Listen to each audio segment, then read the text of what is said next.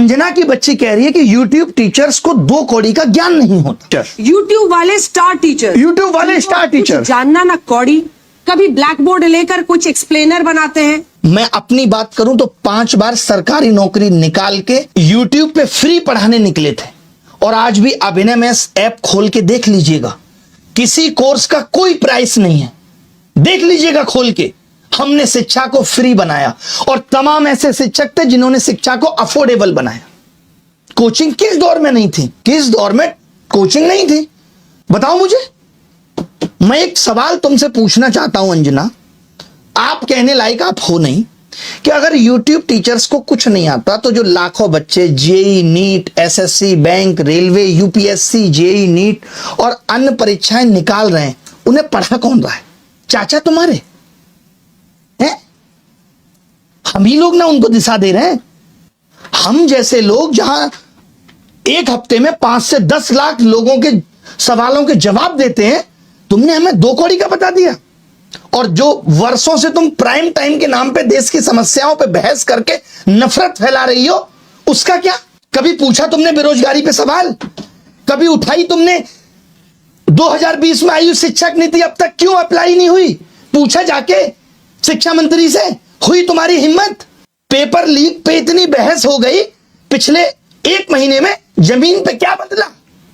किया तुमने इसका एनालिसिस? लेकिन तुमको समस्या किससे है? ब्लैक बोर्ड पे पढ़ा रहा टीचर से है। और मैं कहूं जो तुम लोग ये टेलीप्रॉम्प्टर देख के स्क्रिप्टें पढ़ रहे हो, हमको भी इससे समस्या है कि लिख कोई और रहा है और तुम सिर्फ पढ़ के ही नाम कमा रही हो। अगर स्कूल, कॉलेज, यूनिवर्सिटी इतने शानदार चल रहे हैं, तो क्यों आ रहा है बच्चा यूट्यूब पे पढ़ने, और क्यों कोचिंग की तरफ आ रहा है?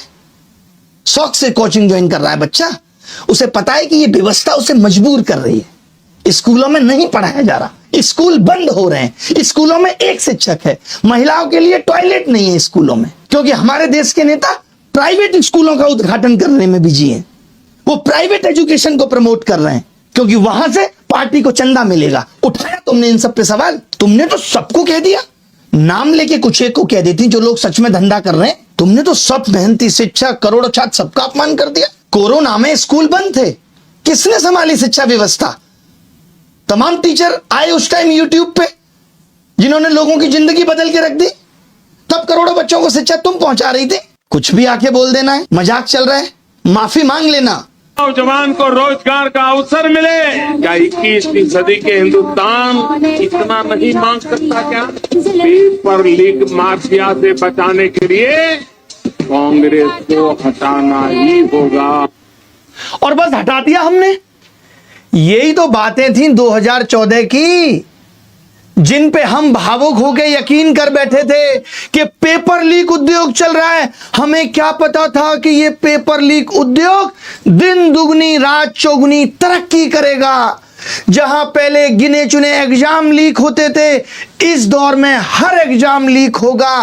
कोई एजेंसी, कोई आयोग, कोई सरकार विद्यार्थियों पे कोई रहम नहीं करेगी और हर एंगल से उसे लूटा जाएगा। आवाज उठाने के लिए मीडिया की आवाज मर चुकी होगी और हम जैसे शिक्षकों को आके हर रोज ये चिल्लाना पड़ेगा कि आज नीट का पेपर लीक हो गया है, कल एसएससी जीडी का पेपर नहीं हो पा रहा है, आज सीयूईटी की परीक्षा नहीं हो पाई, यूपीएससी उलूल जुलूल सवाल पूछ के बच्चों के साथ अत्याचार कर रहा है।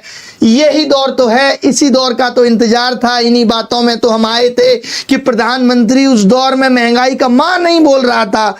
और अब क्या हो रहा है? आज इस पूरे सेशन में पेपर लीक से लेकर के और जिस नए भारत की बात की जा रही है, उस दौर में